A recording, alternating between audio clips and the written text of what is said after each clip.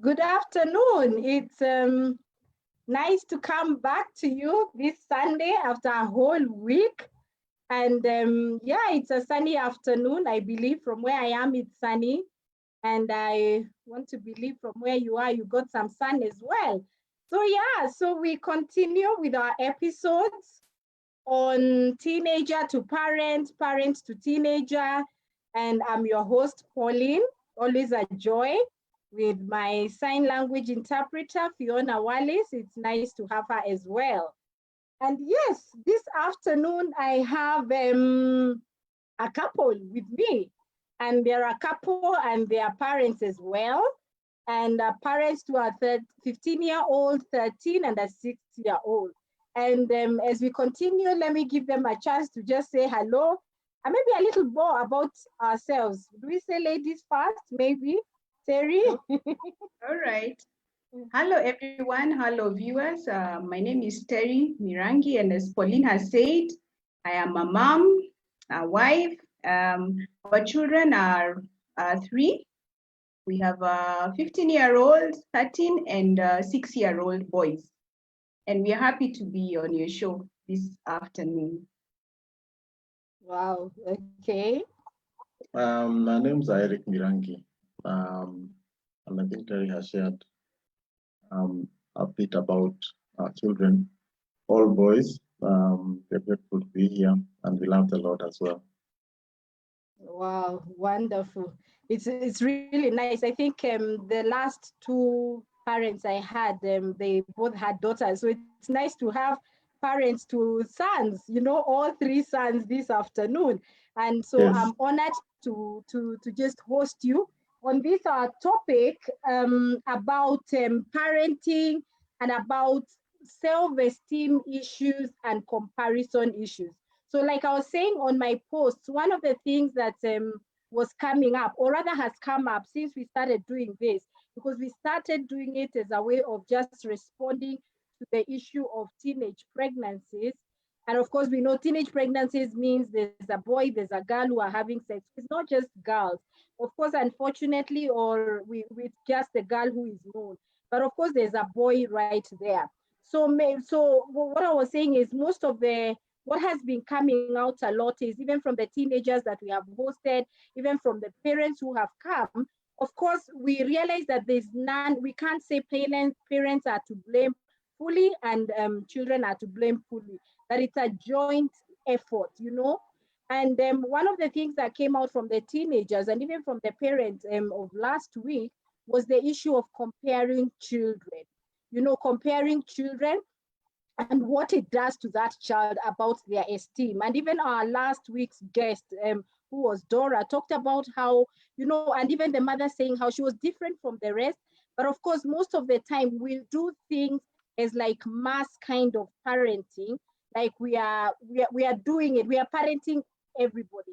But how about just listening to hear how then can we parent to our children together, but individually? Maybe to start as of, let me ask you, when you are growing up, or maybe when you are just married or something, how did you envision parenting? Maybe I can start with Eric. Um, I think I had my first parenting thoughts really when our firstborn was born. Before that, it hadn't really come into my mind that yes, I could be a parent and this is how I need to behave as a parent.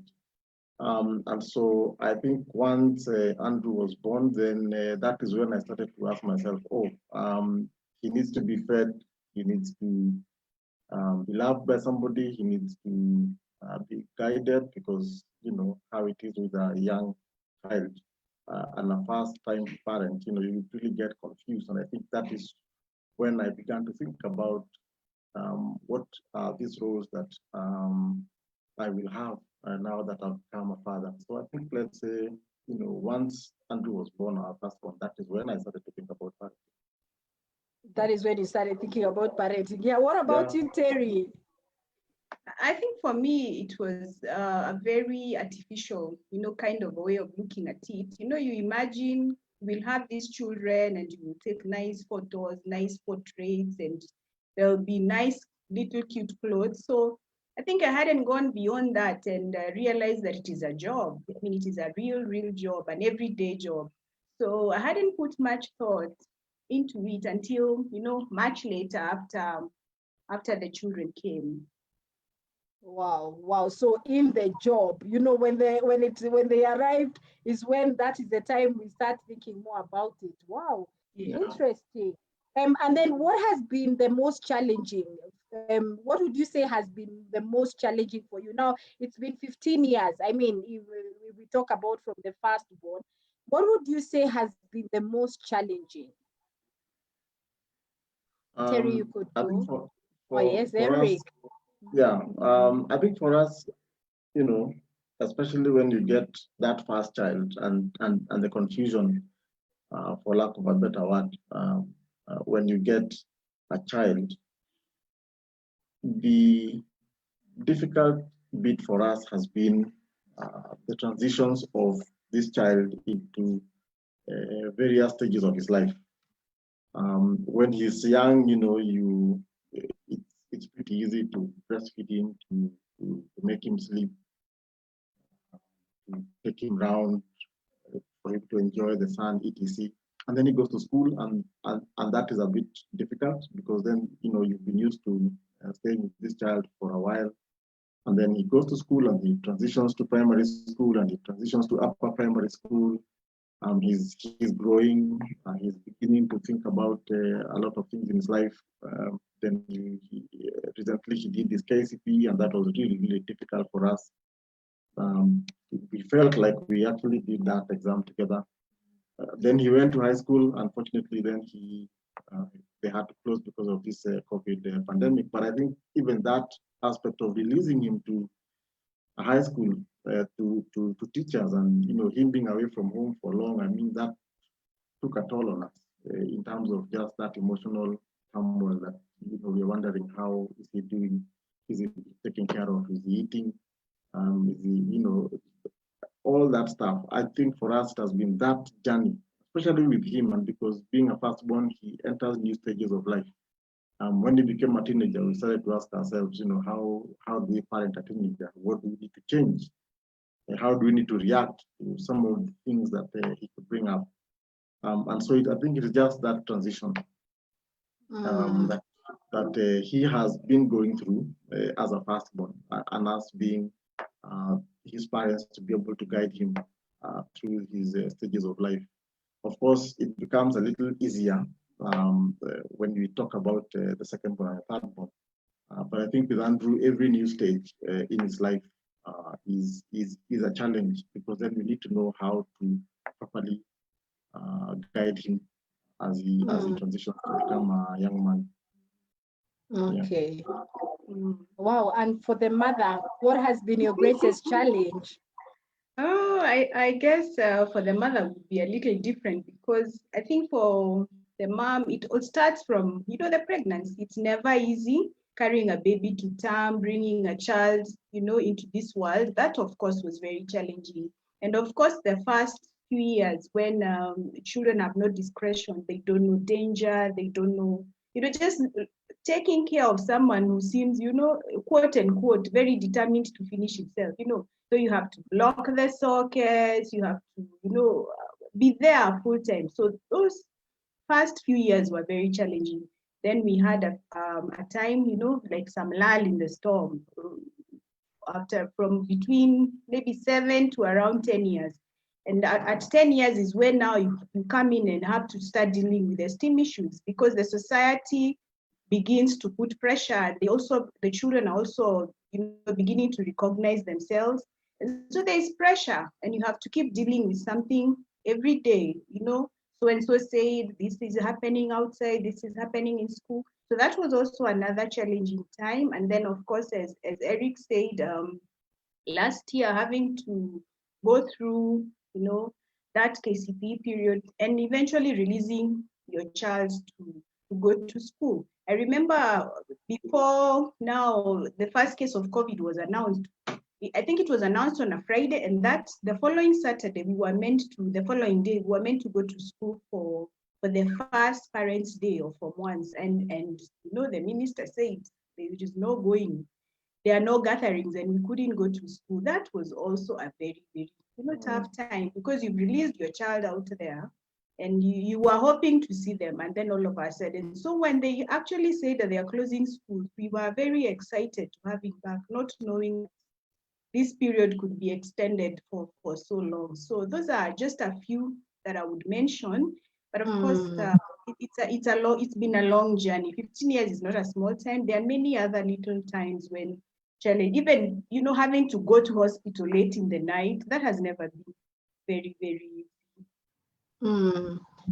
So what we are saying is, or what you're saying is that parenting is a challenging journey and it goes in stages. Every other stage is challenging. Yeah. Yes. Yeah, especially because you're a new parent. And one of the things that God did not do is give a manual when a child is born and say, this is how you should breastfeed him, this is how. And so a lot of these things we discover on our way to have a child. And I think that is what sometimes becomes very tough.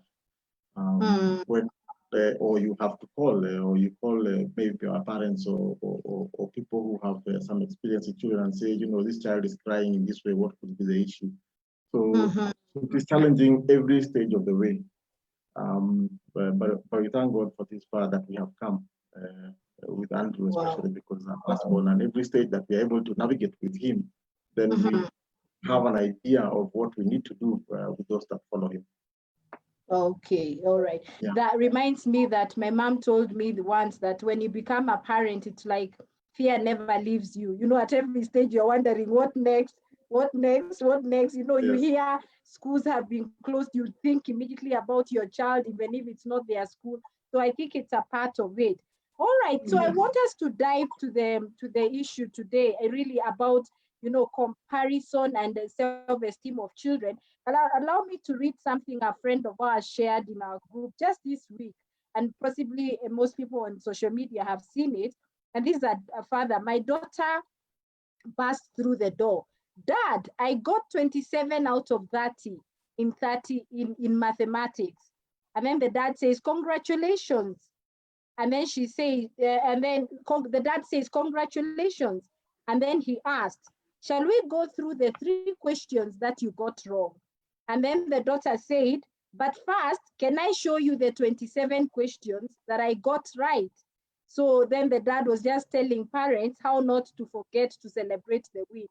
And this is just, I thought of reading that as we get into this, because I was thinking about how many times we always look at what is not working.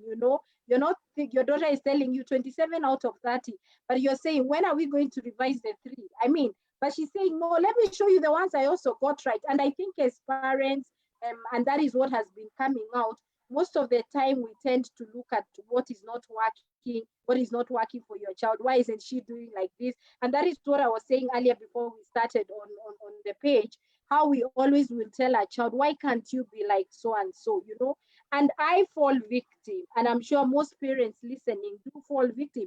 Even on the dinner table, you'll see one sibling has finished, and I want to say, why can't you finish quickly? Why can't you be quick like your brother, like your sister?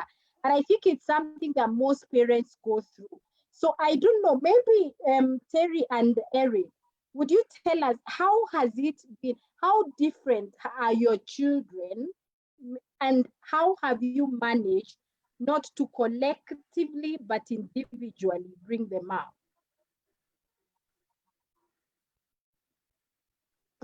We can start with Terry. Let him go first. Okay. Let him go first. Yeah. Okay. It is not an easy journey. It has not been easy to bring up everybody individually.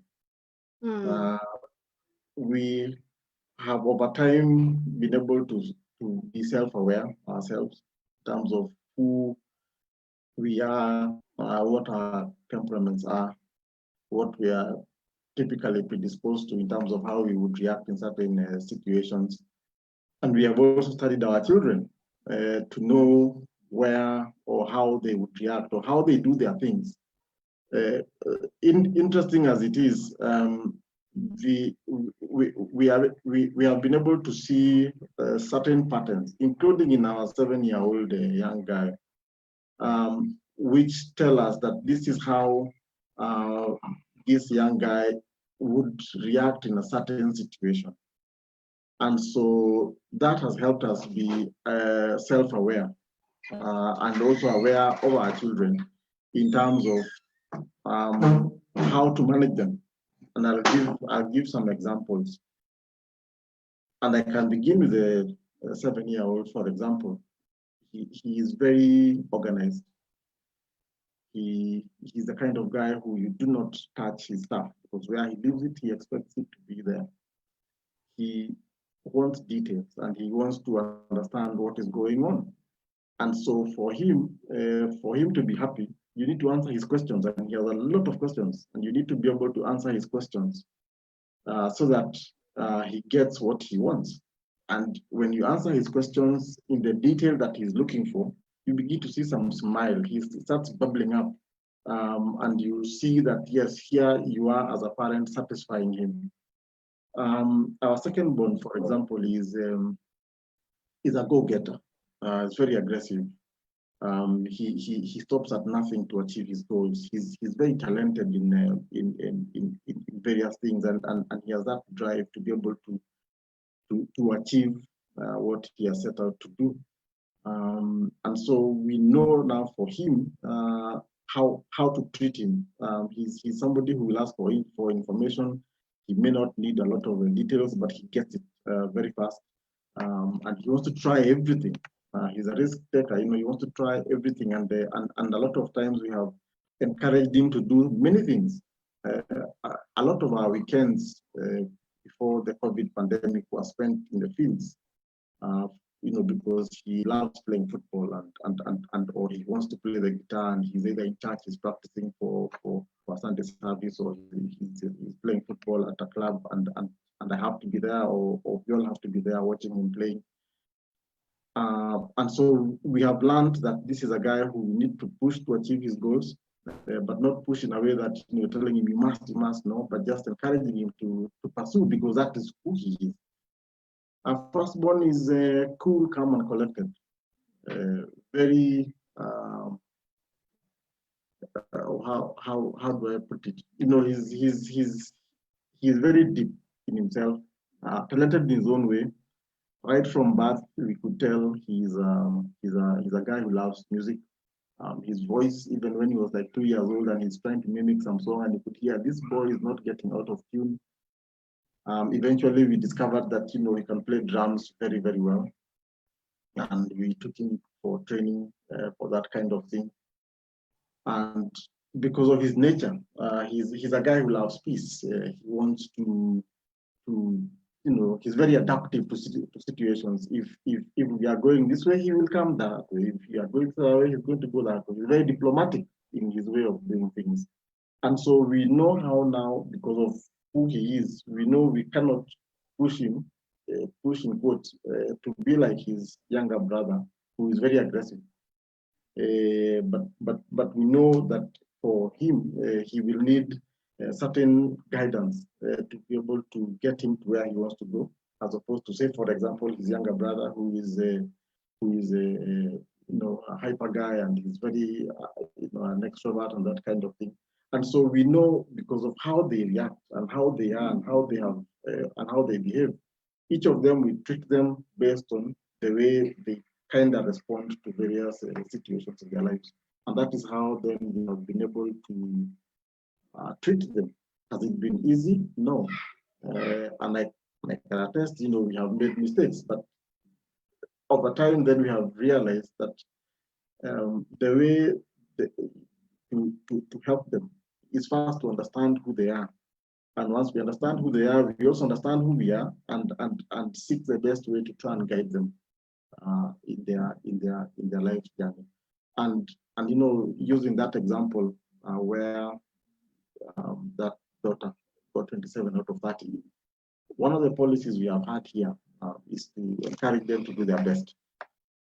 whether they will get 27 out of 30 or 10 out of 30. One of the questions we've asked constantly is, have you done your best? We know they are different capabilities in school. But our question has been, did you feel like you did your best? If the child tells you, yes, I did my best, whether it is 10 out of 30 or 30 out of 30, then we tell them, well done. Should they tell you, because sometimes they will come and say, I don't think I did my best. Then now we begin the question, what makes you feel that you did not do your best? And they will say, oh, you know, I didn't do this, I didn't do the other. And then now we begin that process of looking at what it is that made them feel that they didn't do their best. And therefore, that's how we get to revise. And we realize that that is an interesting way of doing it, because then if you assure them and they assure you that they've done their best, yet they have said 20 out of 30, then they're going to even come and tell you, look, these are the 10 or whatever it is that I didn't get right. And now we begin a conversation on how to help them. And it's something that has really worked for us. Just knowing them, knowing how they like doing their things, how they react to various situations and pressures of life, and that now helps us to know how to deal with each of them, including the 7-year-old girl. Wow. Yeah. Wow. Terry, you would want to add something on that bit? I think maybe what I can say is most of the time, what leads we parents to compare our children is probably because of the values that we carry. You know, you like, this is the way you like people who are hardworking, or you like people who are peaceful.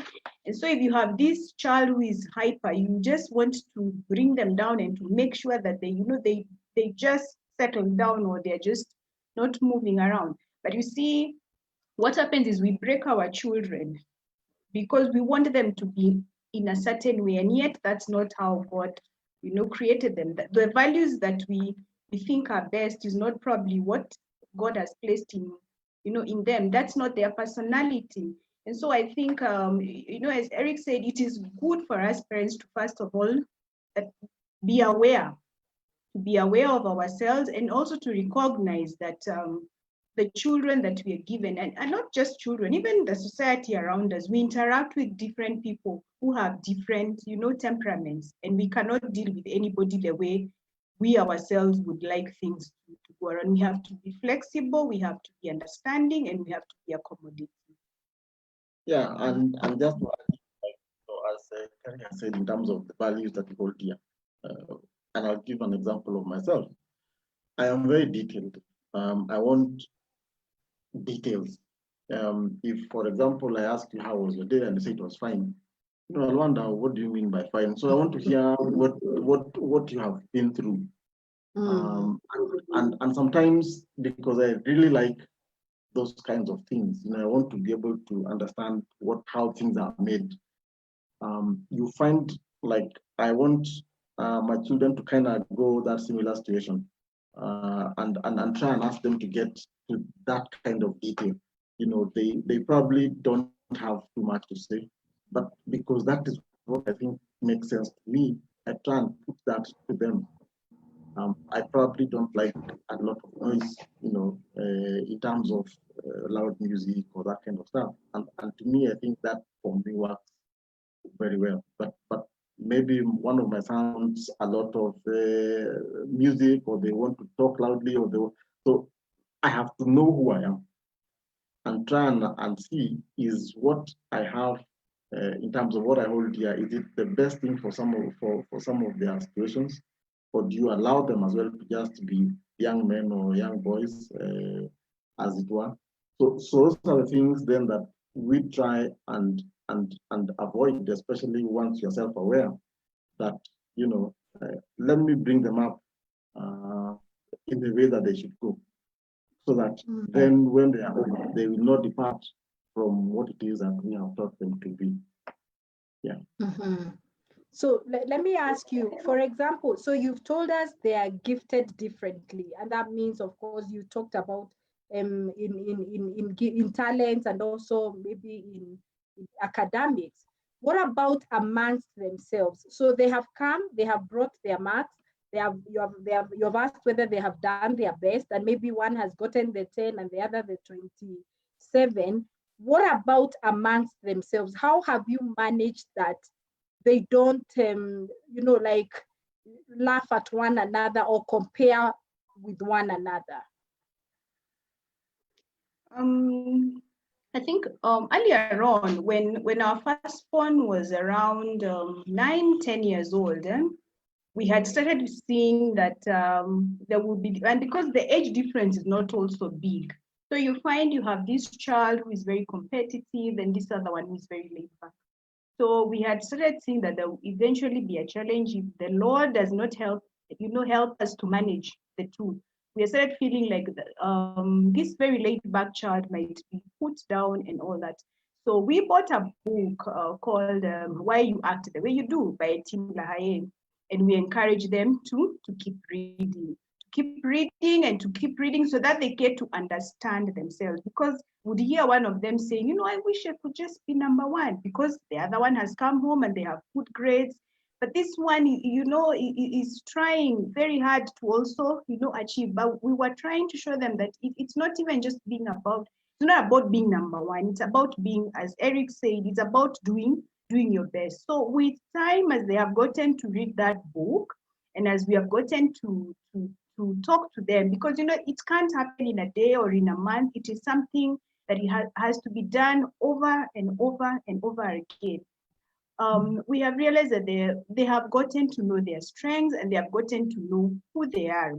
We can say that they have gotten to be comfortable, in this, the way people say you're comfortable in your skin, you're comfortable in how God created you. You understand your strengths, you understand your weaknesses. And as I said, at various stages, a new challenge emerges, because fine, at one point they are comfortable that, yeah, you don't have to be best in class. You can always be, an average person, but as long as you've done your best, it is good enough. Then it comes to a point of boys are growing, others are growing really tall, and your child wants to be as tall as so and so. So you get to another situation whereby, a new challenge comes up and you have to keep talking and talking about it. So with time, I can say that book has really helped. Talking to them has really helped. And of course, God has been at work, just the Holy Spirit ministering to them that, you're good. You are the best, and you are the best of version of yourself. Yeah. Yeah, like as Terry was talking, I just thought of an example of when, I think as the young guys were growing up, the first two were just 1.5 years difference in age. And when they were growing up and they meet up with their friends out there, they could be told of how perhaps their parents have had one car for so long, and maybe their parents, their friends' parents have bought new cars, etc. And that would really put them down. And just to illustrate how different children can be, they came home and they could feel really bad, and they could ask us, Dad, why are you not buying another car, etc. And they would not understand, and we start telling them a lot of stories. So one of the things we told them to do is when your friends come and tell you that you look like this, or your parents do like this, or they whatever it is that they're comparing each other with, we told them, just tell them it's okay. It's okay. And it's very interesting because our second born could say it and move on because of who he is. But our firstborn could say it, but he could still feel, why are they still telling us? Why are they still telling us this? And so it was something that we had to really work on with say, for example, our firstborn, because we know who he is, and we know that these are getting to him. And so you work with him in a way that you tell him, slowly, leave this, it will go. It will go. Yeah, but for the other guy, he could very easy. It's okay, and he moves on. So children are very different, and even out there, because of how each of them would react to certain situations, And since they're also aware, and we are also aware of how they behave in certain situations, then that is what guides us in terms of helping them get over some of the challenges that they face. And that's an example I've just remembered. Wow. I think I can also mention it's good to follow up with them. You know, like when they go to the society and you know there's this thing that is disturbing, because you could be in a place where your child is the only one in a public school and everybody else in a private school. And every time they keep being put down and told that, you know, maybe your school is not the best and all that. So you have to keep asking them, what did your friends say about your school? And then they will tell you, yeah, so and so said this and this. What did you respond? And then you get to hear, are they getting it? Are they where they should be? Then, of course, initially someone will just, you will be able to see that they have not really gotten to a point where they can stand up and say, yeah, I love my school, I know where I'm there, or I love, you know, my neighborhood and I know where I'm there. I love my family and I know where I'm there, you know. So it takes time to keep asking, you know, so that you can get to know, are they getting it? Are they, and it should not be fake, because I think if we are spending time with them, we'll be able to tell if they have actually, you know, been able to stand up for themselves, or it's just a cliche answer that you're getting from them. Wow. I think I really like that, because what you're saying is it's going to affect them even how they relate outside. And I like that you don't dismiss anything, like saying our friend said, why haven't we bought another car? And then you dismiss it. But I hear you say that it is good to listen to them, what they feel, how they responded, because it will go a long way in life. Yeah. Wow. Yeah, it calls for you as a parent to be really intentional in the way that you want to guide your child. And so anything that they bring up, as trivial as it may sound to us, it could mean a lot to them. And the way we guide and direct them is what is going to influence how they tackle challenges later on in life. And I also think we could manage it at home, but comparison is everywhere. You know, I keep telling them, you will be compared, you know, you're in this school, your friends are in this school. Later on, they'll start comparing, oh, me, I have the flyest girlfriend, your girlfriend is like this. After that, me, I have the best job, you're like this. And in comparison, it is at every stage in life. It's only that we have to be able to, you know, preparing them to be able to deal with the outside world, because we may not doing it at home, but out there, the society will definitely put pressure on our children. So we have to prepare them to be able to deal with that pressure. Wow, I really like that, because our last Sunday's guest, who was Doran, was talking about her journey in alcoholism. She actually talked about how she was feeling so lonely at some point. She was at home with her siblings, with her parents, but she was feeling there's something she was not being able to share, or maybe she was also not getting the platform. So I like that letting them share everything, because you're preparing them for life. And I like the origin, bringing up, like our topic is today, bringing up an original, because comparison will always be there, as I hear you say. Wow, wonderful. So let me ask you, I've had you share about how you walked the journey with your firstborn, even towards his academic, his class 8. But and why I'm asking that is, I would want you to take us through how, because you're doing that at home, but what about school? How does school help or not help our children in building their esteem and not comparing them? Is there a contrast at times between school and home?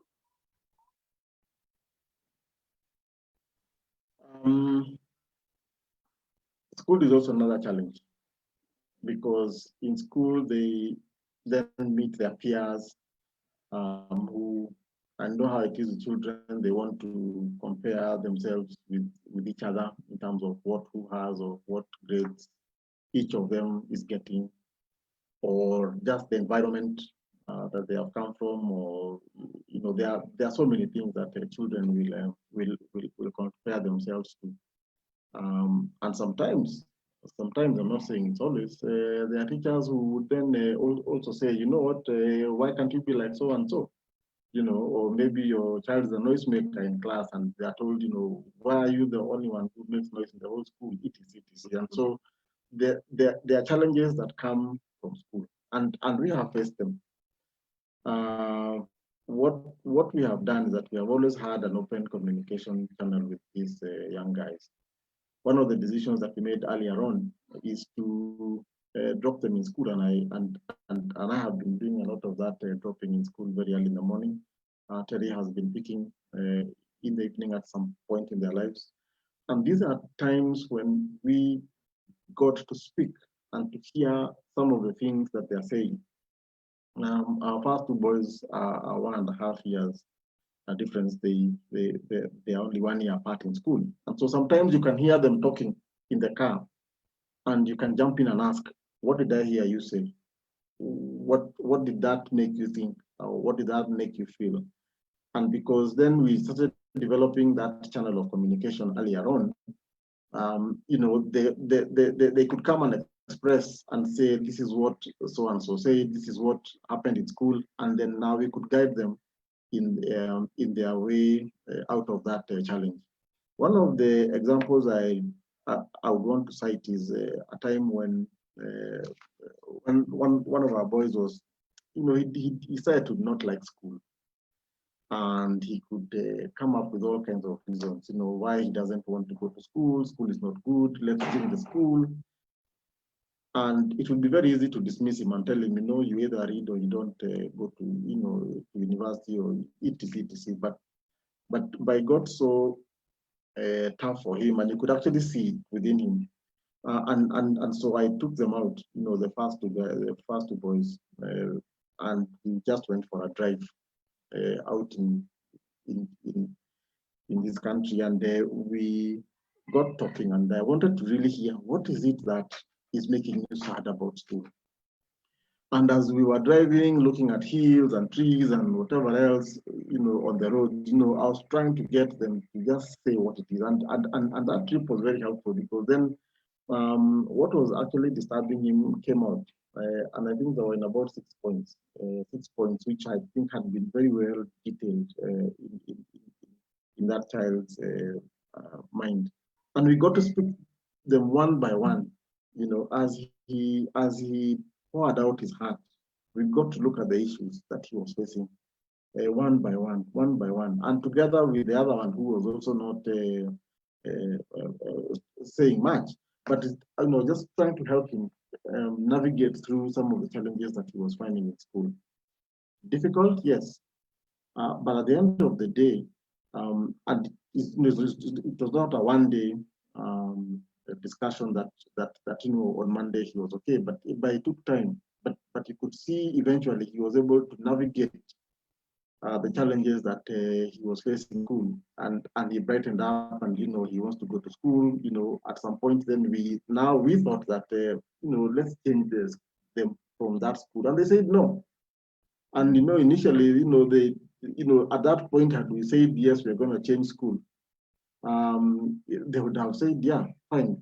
But because then we were able to talk about it and discuss it. I think when he was able to speak, we were somewhere in a forest, and I'm not sure whether it is a forest that made him speak, but he just spoke, and we sorted it out gradually. When we thought we could change them schools, they said no. They refused. They refused completely, and to me that was very nice, because then I felt that we have been able to help him navigate some of the challenges in such a way that he will now appreciate what he's getting in school, and that now he can maneuver himself with what is happening in school. Yeah. What maybe would you give as an example of what have you maybe been done for your firstborn that maybe you have not had to do for your secondborn when it comes to maybe academic support or something? Maybe because a parent is listening who has, you know, we all have different, you know, children are different. But what is it that you would give us as an example that you have had to do differently for the firstborn, but not for the secondborn in their higher classes now? I think I can point out, but I know Eric will build up on it. I would say last year when he was in class 8, I don't know why these days KCPEs, you know, I have cousins who are older than me who have children who've gone through the system, and they will tell me, ukiwa na mtoto class 8 it's a tough year. And I used to wonder, kwani KCP has become what, you know? And yeah, last year we got to see exactly what my cousins had been telling me. So it was a really, really tough year. And I think because of also the pressure of the system, he really went down, because I think his personality is not that one that you just put pressure and pressure. So his grades also went down. So we had to come in and support him and prop him at home, you know, when he comes home, we help him. I remember we used to sleep so late, you know, because he will not go to school having not completed his work. So you will tell him, fikisha hapo, you just go, we will call the teacher. He'll say, no, I have to finish, because he wants to have peace in school. He doesn't want to be, you know, paraded as one of those who have not done their work. So would sometimes end up sleeping very late, but we had to really support him, which we haven't done, you know, with the other children. At some point he came home and said, you know, I really feel like I did very poorly in my science exam. And because now next week, the people who've done poorly will have to go for tuition or whatever it is. And I feel it will be a lot of pressure for me. For a child who has never shown that he doesn't want, you know, like nasikia sitaki kwenda shule, next week there'll be a lot of pressure. That was it was an alarm. And so it was very close to the exam period, and we had to pull him out of school, which is not very conventional, which is not, I don't know if there are many people who do that, but you know, our interest is not so much the grades, but the well-being, and also to see that someone has given this exam their best, whether they get 200 marks or 400 marks. But our aim was for him to give the exam the best shot, and also to be in the best state of mind. So we pulled him out. So do you mean, so Terry, you mean he was in school and it was that time, so you pulled him, meaning he did not go for tuition? He never went for tuition. Even during August, there was tuition in school. He didn't go because we felt it was not the right thing for him. And in between, there were some holidays where they would be required, even over the week, you know, some holidays where he'd be required to go. He never went. He never went to school. And 2 weeks to the exam period, we pulled him out of school for him to just relax and just go and sit the exam. You know, it's not the end of the world. It is not the end of the world. Yeah. We had in a very dramatic way, because then we understand him. It was the first time, of course, he was doing a national exam, and we felt that he needed a lot of support. And so we split ourselves in the subjects that each of us were going to handle. So Terry was doing mathematics and the languages. I was doing social studies, CRE, and science.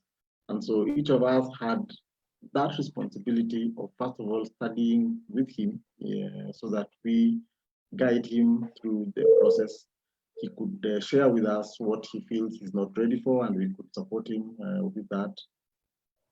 Because then he is, you know, this personality who is cool, calm, and collected, you know, and so when you put a lot of pressure on him, then he can buckle in. And so we thought that the best thing for us to do is now to come in and really support him, and that is what we did to the very end. And he did exceptionally well. He did very, very well in his examinations. It was so good for us that a BSF meeting I had, I canceled. You know, I told my BSF leader, look, I need to go home and celebrate with my son for the good results that he has given us and himself. And we showed him that, you see, with all that we did, with you pushing you a bit, not as much, but just helping you here and there has resulted in you getting very, very good grades. That is not the same perhaps with his brother. His brother is now in class 8. Unfortunately, the pandemic has postponed a lot of things for him. But you could see he was raring to go. I think seeing what his brother underwent in terms of that whole stress, and this guy was raring to go. Very different kind of person.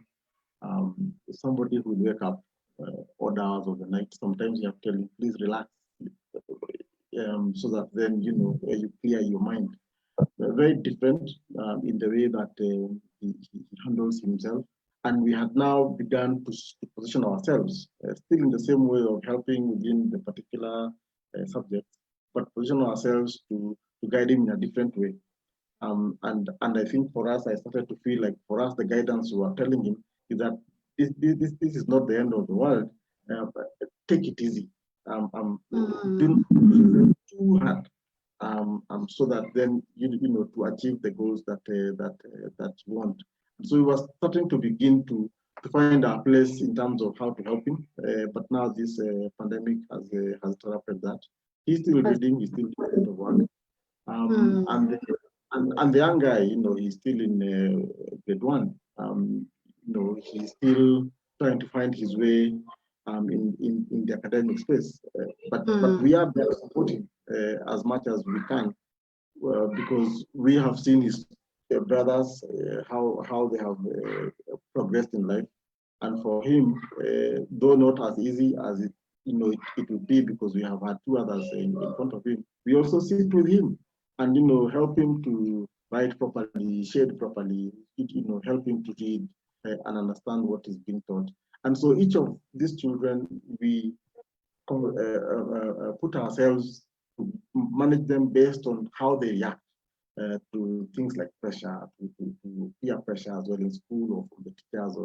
And as Terry said, for that week, I think it was a week when he was at home. Yeah. 1.5 weeks. Yeah, for that 1.5 weeks when he was at home, we basically were trying to help him relax, get out of the kind of pressure that he had, especially those weeks before the KCPE. But at the same time, we were here with him. We actually took time off from all the stuff that we do, so that then we are here with him to help him in his journey. And the results he gave were superb. We were so grateful to God. Wow. But it's good to say that maybe in other quarters, those kind of marks wouldn't be celebrated, but we took time to celebrate. We even went for dinner and we just celebrated. We were very, very excited. Wow, because according to you, he did the best. I got that. He did his best. Yeah. Yes. Wow. I remember when I went to pick him every day, I picked him from school when he was doing the papers of the day, and I could ask him. We had agreed that he's not going to tell us, the paper was like this or the other. I used to ask him a simple question: have you done your best? And he could say, Dad, I have done my best. And I tell him, that's it. Let's get ready for tomorrow. And the next day he could go in and I could ask him, have you done your best? And he could say yes. At the end of it, he only said, I have done my best. And that is all that I wanted to hear. That is all we wanted to hear. That you have actually done your best. Because we know there is somebody in life who will do his best and he will go so far. Somebody else may not go as far as that person. But we just try to teach them, run your own race. Run your own race, do the best that you can, and just work at it. The results you get will even amaze you. It will amaze you and will amaze everybody else around you. But only do your best. Yeah. Wow. That's very, I must say, that's very exceptional. Hearing that, your child was in class 8 and that is when they actually need to be in school, but you felt that our child does not respond well to pressure. And so we cannot take them. So it's not so much what the school says, but it's the parent of the child, because you know your child more than even the school would know. And I like that, because that means that what I'm hearing from you is the greatest support a child can have is at home, And the greatest affirmation a child can get is at home, because at the end of it all, they'll come home. Of course, the school celebrates and it is good when the children do more, but you don't want, I like what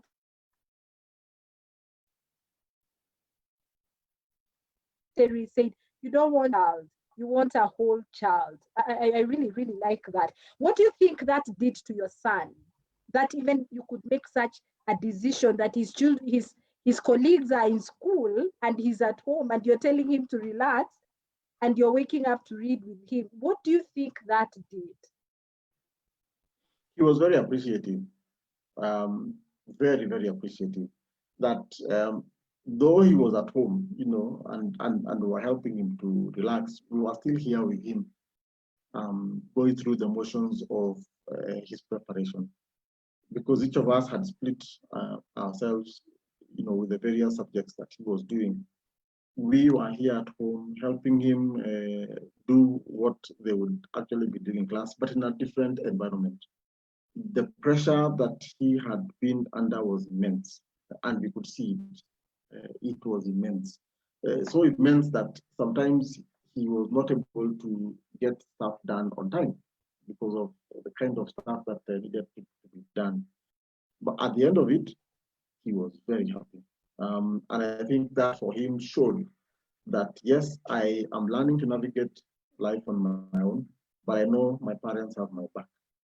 And it's because we decided that we are going to be intentional in guiding them the best way we can.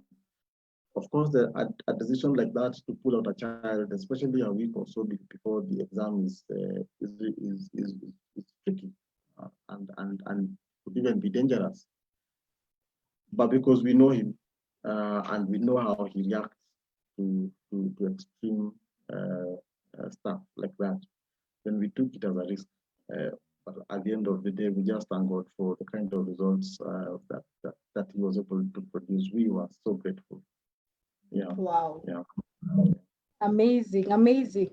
Now, time goes so fast. And we have a few minutes to go. And I want to give it to you to give a parting shot to any parent who is listening right now and who will listen even after this, because we definitely have people listening in over time. And they have their children at home. We are having our children at home. And of course, our children will go back to school when that time comes. And just by the fact that they're at school, they're at home, they also have their siblings. So even when they are getting roles to do at home, they are also different. Some do better in chores at home, others not. Others are noisemakers. Others talk to such kind of a parent right now, Terry and Mary and Eric, because our topic was on raising an original. And I want you to give a parting shot to a parent who is also struggling, because like you said, it's about our values. We want our children to all be the best. You don't want to feel one. What is your parting shot this afternoon to that parent who is watching? Terry, you can go, and then Eric. Okay. I think my parting shot will come from Ephesians 4:29. Many a times this scripture is used when we want to tell other people, who are to shut up, those people who are around us, because it says, do not let any unwholesome talk come out of your mouth, but only that which is helpful for building others up, according to their needs, that it may benefit those who listen. And I think sometimes when we see the Bible saying others, we assume it is those people, the neighbors out there, and yet the others could be, the children that we live with. So I think we should be very intentional to let only what is beneficial to them. But that which comes out of our mouth should be that which is beneficial to them, that which will build them up, because they are always listening to us. Because that's the only way you will be able, because the children have different needs. So according to their needs, what comes out of your mouth should be able to build that child according to their needs. And I think that is the parting shot I can say today. Yeah. Wow. Thank you, Terry. Eric. Proverbs 22 and verse 6. It says, train up a child in the way they should go. And even when they are old, they should not depart from it. We have an opportunity now to spend a lot of time with our children. They have been at home since March, and we are all praying that this pandemic is controlled or disappears, as one Donald Trump says, so that then we can kind of get back to our normal lives.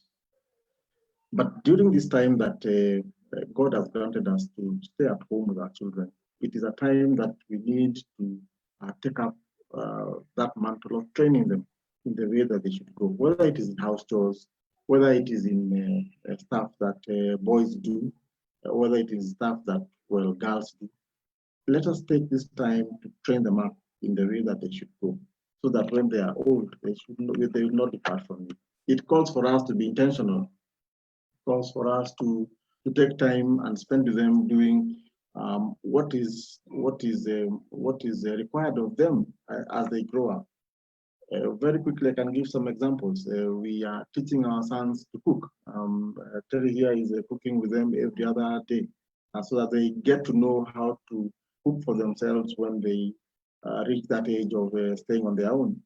I have taken them to construction sites where they get to understand some of the things that tough men go through, how a house is constructed from the ground up, because one day it is my hope that they'll be able to put up their own home, or perhaps even put up flats, etc. So this is the time that God has given us to train them up in various ways.